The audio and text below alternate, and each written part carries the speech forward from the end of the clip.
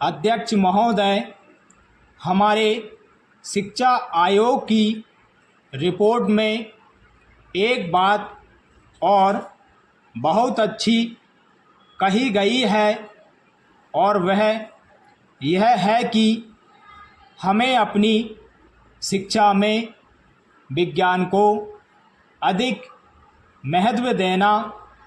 आज की दुनिया में यदि हम तेज़ी से उन्नति करना चाहते हैं तो इसमें कोई संदेह नहीं है कि विज्ञान की शिक्षा पर सबसे अधिक ध्यान दिया जाना चाहिए।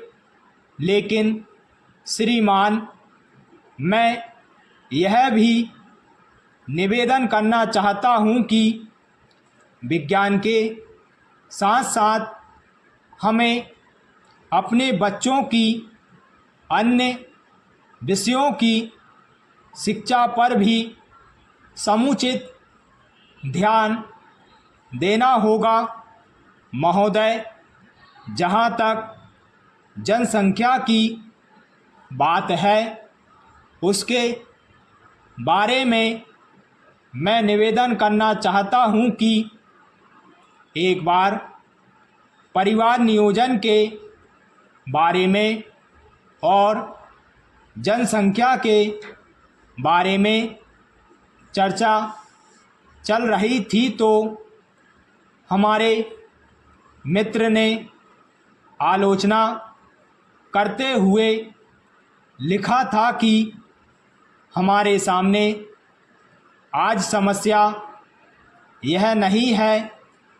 पैरा अध्यक्ष महोदय, राष्ट्रीय शिक्षा और अन्य भाषाओं के प्रश्नों पर मैं आज चर्चा नहीं करना चाहता।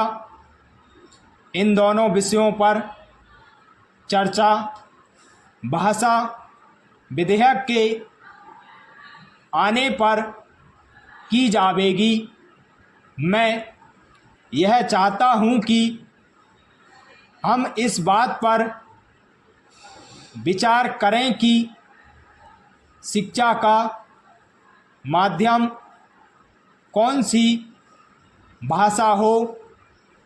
मेरे विचार में शिक्षा के हित में इस बात की अत्यंत आवश्यकता है कि अपने देश में मातृभाषा को या जिसको हम अपने देश की राष्ट्रभाषा कहते हैं उसको शिक्षा का माध्यम बनाया जाए। उच्चतम शिक्षा का माध्यम भी मातृभाषा होनी चाहिए। इसमें पाठ्य पुस्तकों की कठिनाई हो सकती है, लेकिन यह कहना कि जब तक पाठ्य पुस्तकें ना बन जाएं तब तक मातृभाषा को शिक्षा का माध्यम ना बनाया जाए, यह गलत तर्क होगा।